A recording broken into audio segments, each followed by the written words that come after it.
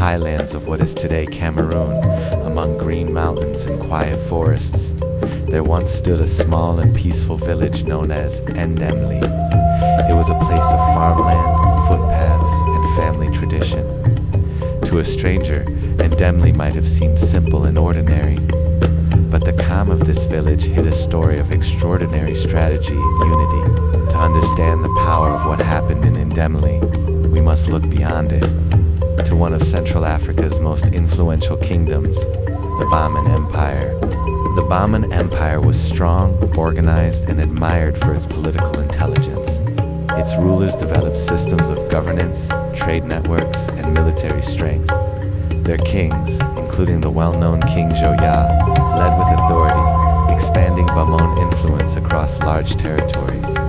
The empire was respected, and when it set its eyes on a village, that village usually had two options: join willingly or be made to submit. Many communities did. Some resisted and were conquered, but Ndemli chose a different response. The people of Ndemli were not warriors by nature. They were farmers, hunters, builders, and keepers of tradition. Their strength was not in weapons or armies. Their strength was in unity and in their deep understanding of their homeland. When word reached Ndemli that Bamun forces intended to expand into their territory, the village did not panic. The elders called a council beneath their ancestral tree. The community gathered, men, women, elders, and youth, not to argue, not to fear, but to listen. The elders spoke clearly. We cannot face an empire in open battle, but an empire can be defeated by what it cannot see or understand. From that moment, preparations began. The villagers studied their surroundings. They already knew every stream, every valley, every hidden path through the forest. Now, they mapped these routes with precision. They expanded underground tunnels beneath the village, building hidden exits leading out into the wilderness. They created secret food storage chambers deep in the earth, safe from discovery or destruction. They developed coded signals, bird calls, rhythmic knocks, and distant drum patterns that appeared natural, but held deep meaning. Only a trained ear of a Ndemli villager could understand them. But their most ingenious creation was still to come. A series of decoy settlements. Small clusters of huts were built just outside the real village. Fires were maintained. Footsteps were left. Everyday objects were placed as if people lived there. These were not real homes. They were illusions, crafted to confuse anyone who came looking. The preparations were made quietly, patiently, and with absolute unity. No one in the village spoke carelessly. No one acted alone. Every person was a piece of the strategy. And Ndemli was ready.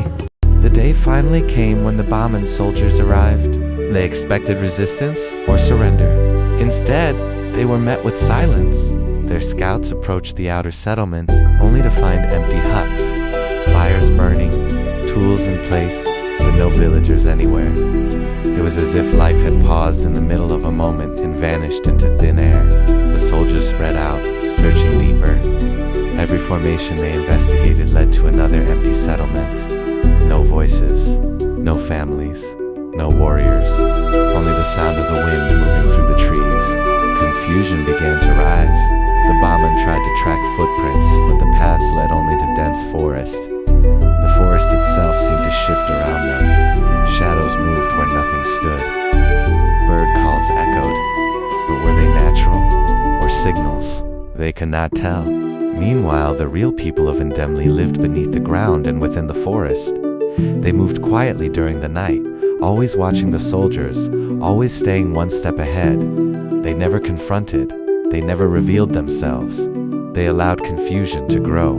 Days passed. Supplies weakened. Confidence faded.